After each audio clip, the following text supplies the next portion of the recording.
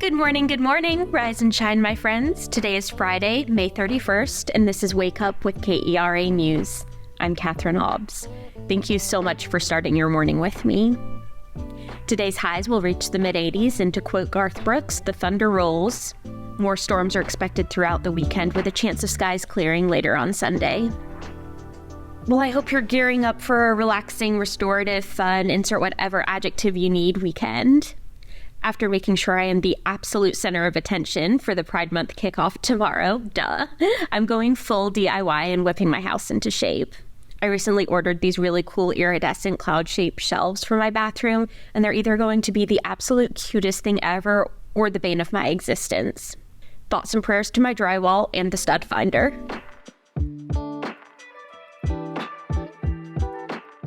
Texas Republicans wasted no time crying foul after former President Donald Trump was found guilty by a New York jury last night. They convicted him of dozens of felony counts related to paying hush money to cover up an alleged affair with an adult film star. The 7-man, 5-woman jury deliberated for about 12 hours over 2 days before handing down the verdict, which makes Trump the first ever former president convicted of a crime. In a social media post, Governor Greg Abbott called the trial, quote, a sham show trial. Dallas-Fort Worth International Airport has delayed about half of its departing flights, and more than 140,000 people are still without power as another wave of storm moves through North Texas. The airport has also canceled more than 170 flights, and Fort Worth-based American Airlines delayed about 1,000 flights across the country. Meanwhile, Dallas-based Southwest has delayed about 700. Encore Energy says it expects power for most people to return by the end of the day, but some customers say they're still getting conflicting information.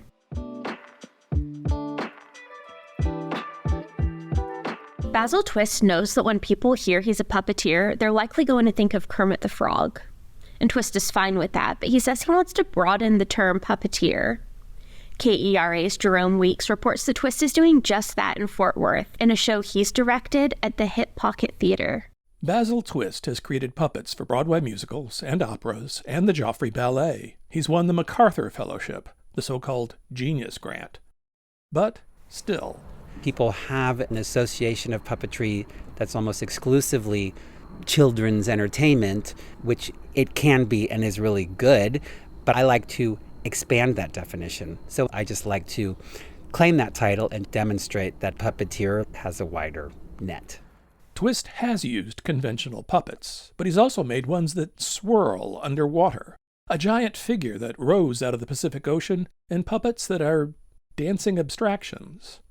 So for Twist, what exactly is a puppet? A puppet is anything that is brought to life for an audience. Obviously, there are objects that are made to be puppets, but I like the idea that a performer uses an object on stage and invests spirit in it. So I could puppeteer a coffee mug, and that becomes a puppet. The show Twist has devised at the Hip Pocket Theater is called A Twisty Intergalactic Spectacle. It's a friendly flying saucer story. The saucer lands, the leader appears. He tells us, "We're here to help." The leader is played by Broadway performer Ken Ard as a commanding, silvery pharaoh in go-go boots. We're here to show you the way. We are here, bringing gifts from the stars above. We are here to bring you love. As for Twist's puppetry, there's a flying saucer on stage, of course, plus a frog.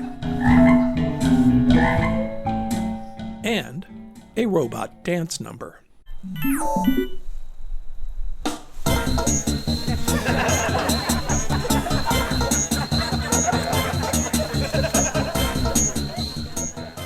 The homemade, cosmic spirit of the show certainly suits the Hip Pocket. At one point, a huge, billowing white sheet covers the stage, flickering with lights in the dark. That's all it is, just a sheet. But it's also the Milky Way. A big part of Basil is that he's a very magical force. Lake Simons has worked with Twist since 1999 when she left Fort Worth for New York City. She's worked regularly with his company at the Here Art Center in Lower Manhattan. He really connects with the audience and saying, you all have an imagination. I'm going to give you some bits and pieces, and you all are going to put things together on your own. And as human beings, we can't help ourselves. When something starts to bounce around in front of us, it's like, oh, look, it's alive. For the past 3 summers, Lake and her sister Lorca Simons have been running Hip Pocket. Their father, Johnny Simons, co-founded it in 1976, but retired 3 years ago. Twist himself has been to the Hip Pocket before, but the intergalactic spectacle is the first complete show Twist has devised and directed for Lake and Lorca. By the way, investing ordinary objects with life? That's kind of what wizards do. For Twist, puppetry is essentially a form of low-tech magic. That was KERA's Jerome Weeks. All right, y'all, the Mavs have defeated the Timberwolves, and they have secured their spot to the NBA Finals. The final score was 124-103. And then over at the NHL, the Stars are going to face off with the Oilers tonight in Game 5 of the Western Conference Finals. The teams are currently tied with 2 wins apiece. A silky shark named Jenny has traveled from the Galapagos Islands out to open ocean and back. That's over 17,000 miles, and that was just over the course of a year and a half. That averages out to about 31 miles a day, making Jenny's journey the longest recorded migration in silky shark history. All right, Pride Month is kicking off tomorrow, and I am wishing a very happy month of celebrations to all my fellow LGBTQ+ folks. Our Arts Access team at KERA put together a fantastic guide of all the North Texas happenings, and there are a ton of events kicking off tomorrow, and of course celebrations throughout the month. We've got the Dallas Pride Music Festival and Alan Ross Texas Freedom Parade at Fair Park, the Dallas Arts District Pride Block Party, and Pride in Bloom this weekend at the Dallas Arboretum. Of course, be sure to check out event websites for any schedule changes or possible updates, and you can visit dallasnews.com/guide for more Pride Month listings. Thank you so much for starting your day with me today. I'm so glad you take a few minutes to listen each morning. Be sure to subscribe to the Wake Up with KERA newsletter, also by yours truly at KERAnews.org, and check us out on Instagram and Threads at KERATX. I'm Katherine Hobbs. We'll chat again on Monday.